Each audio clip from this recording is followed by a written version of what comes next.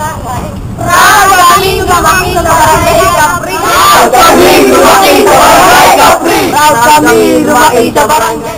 Proud kami lumaki sa Barangay Capri. Proud kami lalaki sa Barangay Capri. Proud kami lumaki sa Barangay Capri.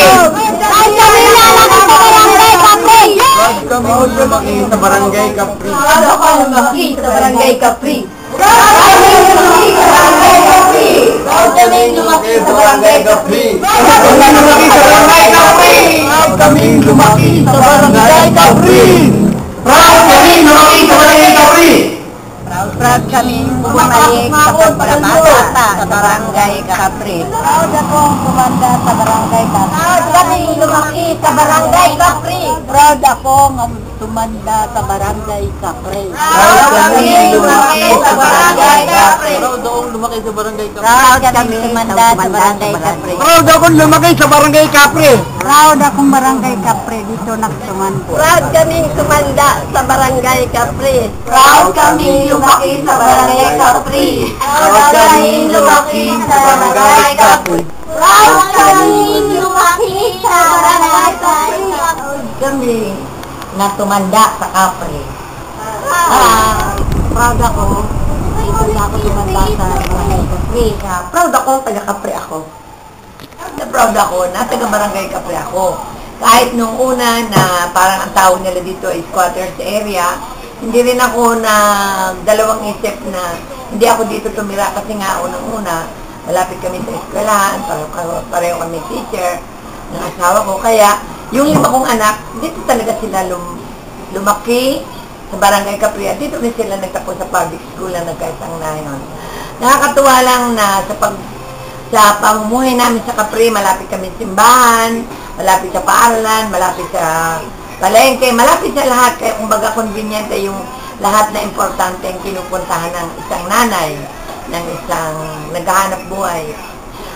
Kahit mahirap nung una ang Capri, okay pa rin. Pero ngayon, nung kung nakita niyo yung Capri nung una-una na talagang nakakaawa dahil nga sinasabi nila na squatters sa mga naninirahan, pero unti-unti nakita ko kung paano talaga yumabong, paano naging maganda ang pamayanan ng Capri dahil siguro na rin sa pagnanais ng mga tao na maayos to at sa pamumuno na rin ng mga kapitan ng mga Barangay Capri. Ako bilang nanay, proud na proud ako na ang mga anak ko ay dito pinanganak sa Capri. Period. Proud. Kung sila proud lumaki sa Barangay Capri, ako very proud na lumaki sa Barangay Capri. Kasi syempre, kailangan unang-una ako yung maging proud.